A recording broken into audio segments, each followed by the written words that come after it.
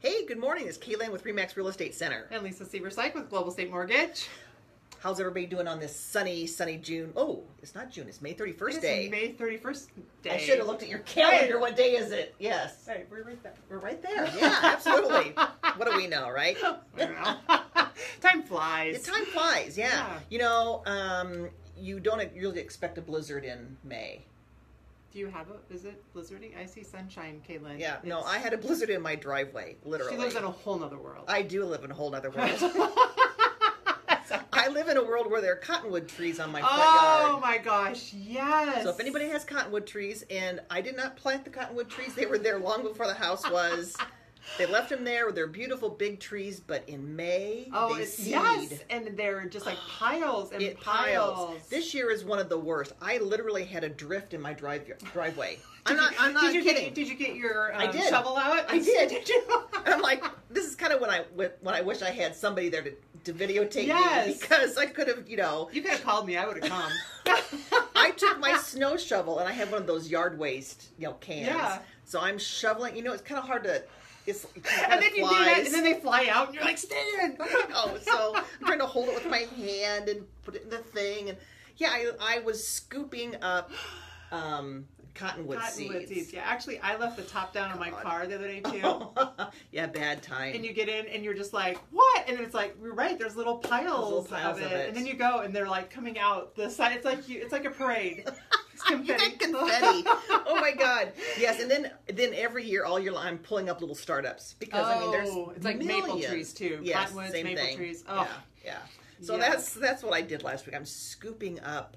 Cottonwood I'm like, I have my snow shovel out in May. How bizarre is that?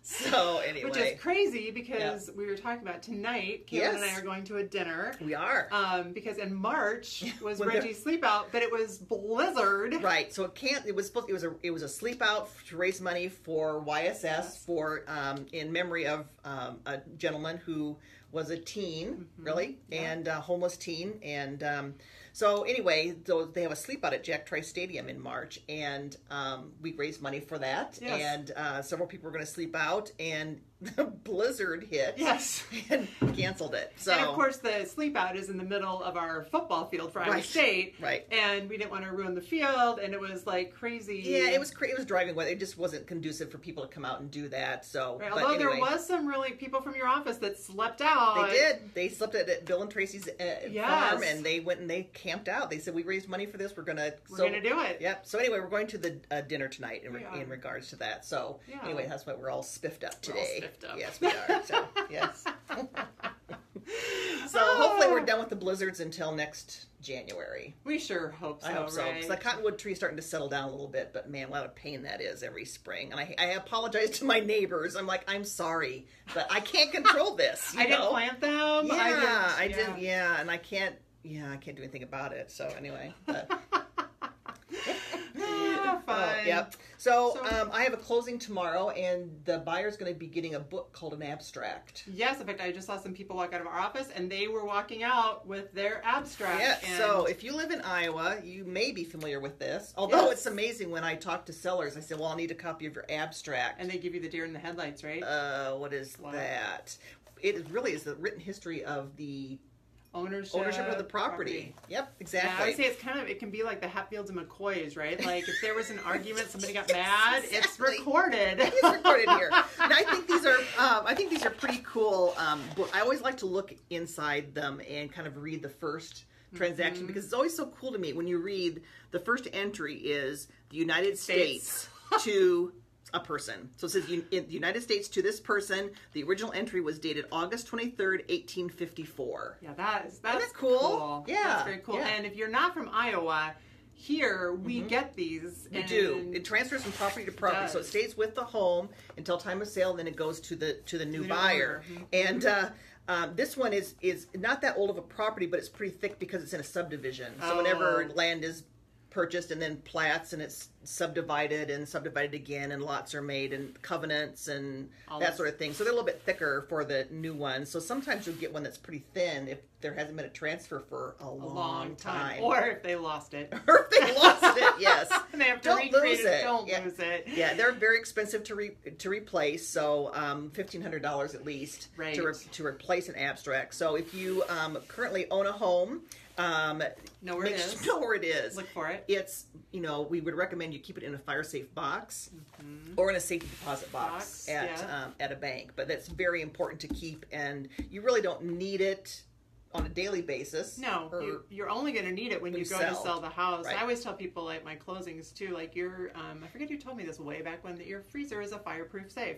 Yeah, so for a that's short crazy. term, put it in a Ziploc baggie and stick it in there. Yeah. But don't when you go to sell it, don't go call Kaylin and it's next to my vanilla ice cream. Right. Schwann's. Yes, exactly. And it's dripped all over. Right. And so, yeah. We don't want that. But we will need it at time of sale. And then the other thing, too, is a warranty deed. Yes. Now, this gets filed at the courthouse at the time of transfer sale, and it's very important to know how you're going to take title. Right. So when you're doing your loan, so your realtor and your loan officer is going to talk to you about how you want to take title. If you're a single person, if you want somebody on the title with you, because I have had some people that want like a parent or something else, because your title is actually part of your estate planning purposes. So yes, it is. Once you own a house, you want to think about how you're going to take title. So if you're buying it with somebody, you can take it as joint tenants, meaning that if one of you were to pass away, the other one receives rights to the property. Right. It doesn't have to go through probate. You don't have to go through that process. So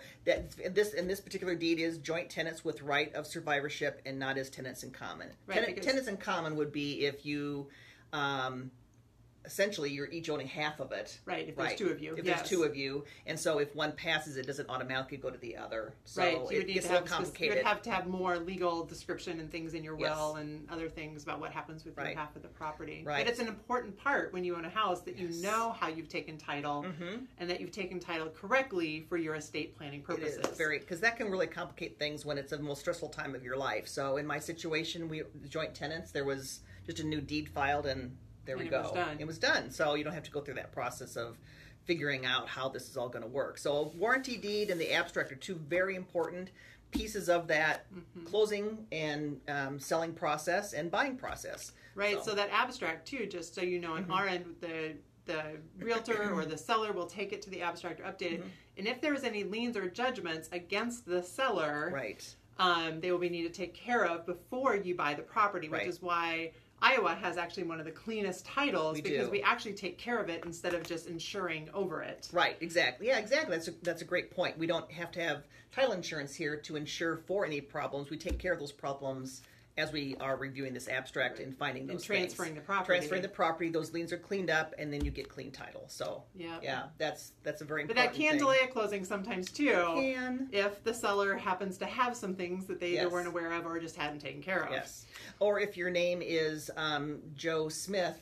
Oh, and there are 6 Joe Smiths out there with judgments against them, you have to show that you're not that Joe Smith. Right. So I have somebody right now with a very common name, and so some other judgments came up in that abstract search, which is a good thing. Yes. But then you have to prove that you're not that person. Right. So yeah, it's pretty easy to clean up. But yeah, if you do have something out there like a speeding ticket that you never paid, it might come up. So pay your speeding tickets. That's right, pay your speeding tickets.